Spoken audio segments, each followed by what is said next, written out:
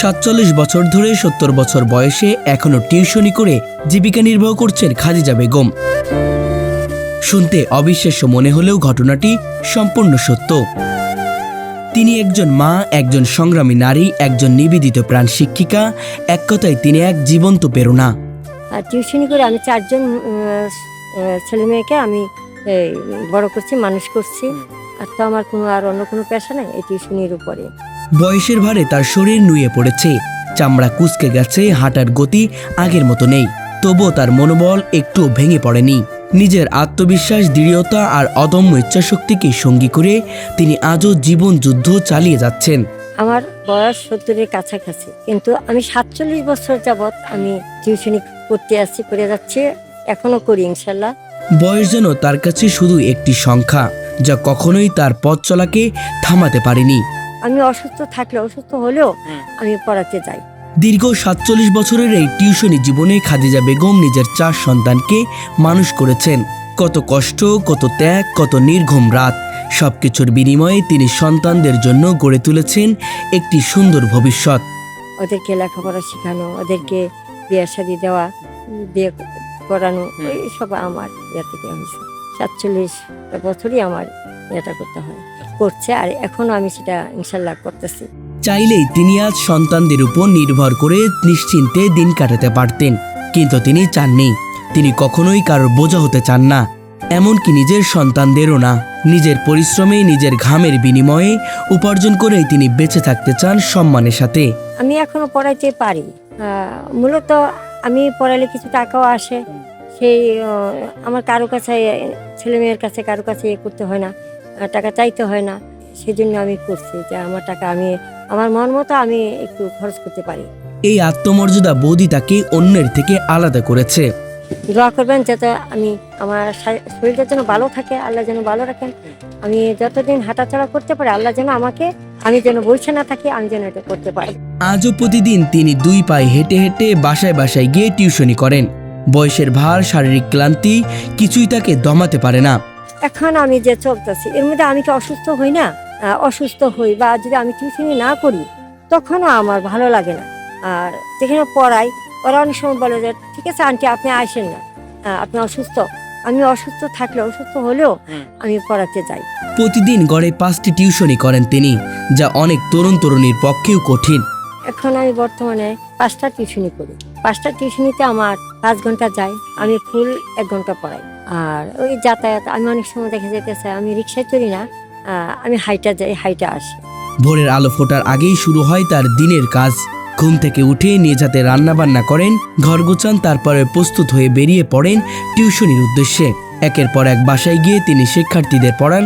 দুপুরে বাড়ি ফিরে সামান্য বিশ্রাম নিয়ে আবারও বিকেলে বেরিয়ে পড়েন নতুন উদ্যমে। এভাবেই প্রতিটি দিন তার কাছে এক নতুন সংগ্রামের গল্প। ফজরে আজানের পরে আজান শুনলেই উঠি, নামাজ পড়ে আমার সংসারে কিছু কাজ করতে হয়, সবকিছুই ঘরের যা আছে ওগুলো আমি নিজেই করি। তারপরে আমি পড়াইতে বের হই। তার এই দীর্ঘ পথ চলায় তিনি পেয়েছেন অনেক দুঃখ, কষ্ট আর অবহেলা, কিন্তু সেই সঙ্গে পেয়েছেন অগণিত ভালোবাসা আর সম্মান। তার পড়ানোর ধরন, তার আন্তরিকতা, তার মমতা, সব মিলিয়ে তিনি হয়ে উঠেছেন সবার প্রিয় খাদিজা ম্যাম। না, একবারে আমি টানা পড়াই না, সকাল বিকাল 10টার সময় বের হলে আমি 12টা, 1টা, 2টা পর্যন্ত, 3টা পর্যন্ত পড়া, হাইটে যাই তো একটু সময় লাগে, তো পরে আবার করি বিকাল টাইমে, আর বাকিগুলা এইভাবে পড়ে।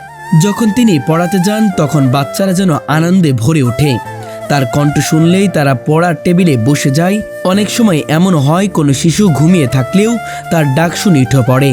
46-47 বছর পড়াই, প্রত্যেকটা ছাত্র ছাত্রী, এমনকি আমি যদি গড়ে উঠি, কোনো বাচ্চা যদি ঘুমায় থাকে, আমি গড়ে উঠলে আমার কণ্ঠ শুনলে ওই বাচ্চা ঘুম থেকে উঠে যায়। তখন আয়শা আমাকে জড়ায় ধরে সালাম দেয়, কখন আসলেন।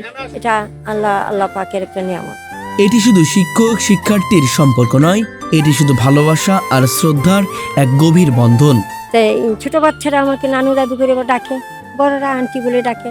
শুধু ছোট বাচ্চাদের নয়, বিভিন্ন বয়সের মানুষদেরও তিনি শিক্ষা দিয়ে থাকেন। বিশেষ করে আরবি শিক্ষায় তিনি অত্যন্ত পারদর্শী। একটা বাচ্চা যদি কেউ পড়ায় একটা কায়দা 6 মাসে, আমি সেটা ইনশাল্লাহ 2 মাসে আমি করতে পারি।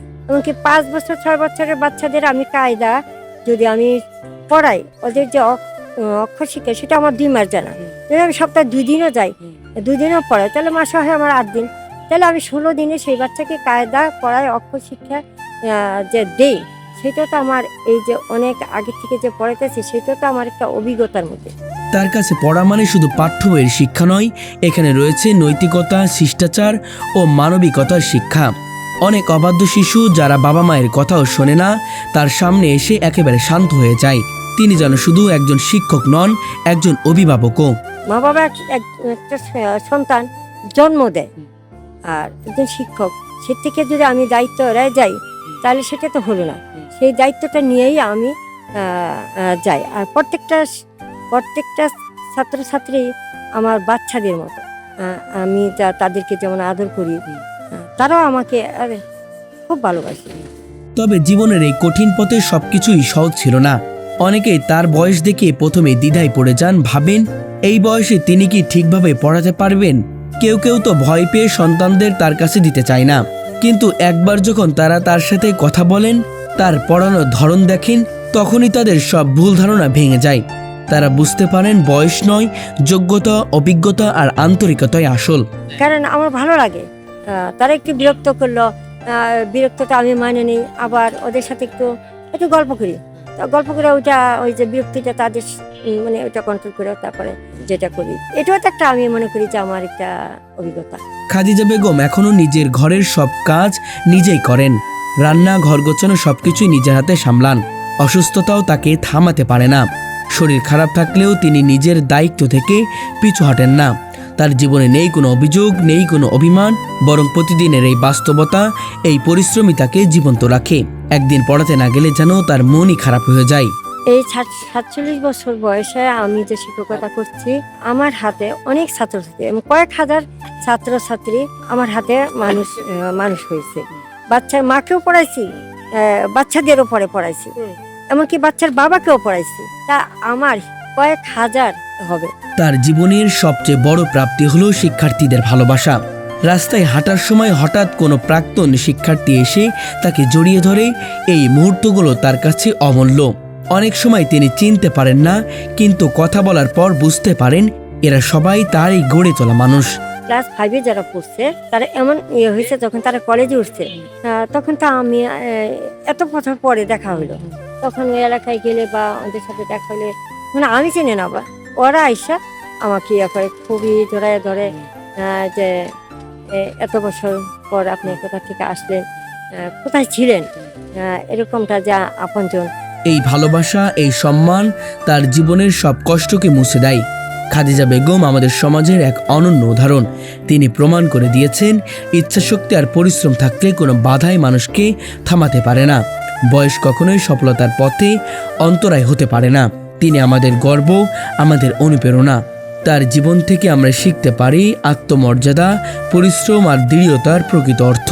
আল্লাহ ইচ্ছা করলে আল্লাহ পাক আমাকে এখনো সেই ক্ষমতা, আমাকে সেই ইয়েটা দিয়েছেন, রাখছেন আমাকে সুস্থ। তাই আমি অন্যের উপর কেন নির্ভরশীল হব?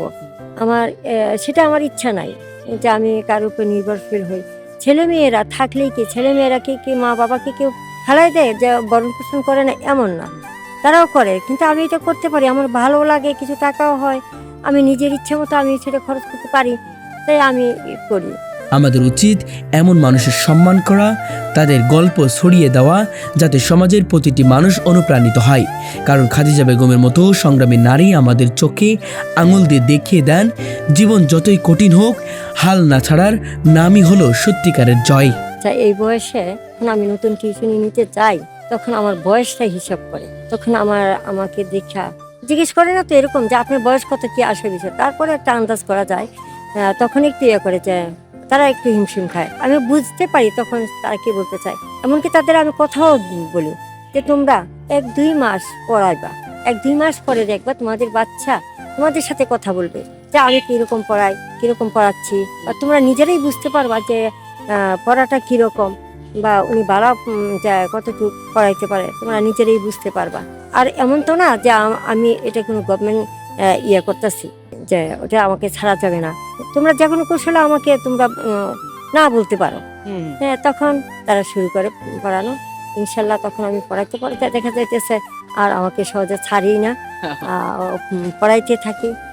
কোরআন খতম দেয়, এক খতম দিলে দেখা যাইতেছে পরে আবার বলে যে আন্টি আরেকবার দিবে। খতম দেন, আরেকটা খতম দেন, এরকম আর কি। তারপরে আমি পাশাপাশি আরো আরো আছে না যে এক বছর পড়াইলাম, ওইটা তো পাশাপাশি অনেকেই শুনে, দেখে আমাকে, তখন ওদের কাছেও জিজ্ঞেস করে, এরকম ভাবে আমার টিউশনিগুলি ইনশাল্লাহ আশা হয়ে যায়।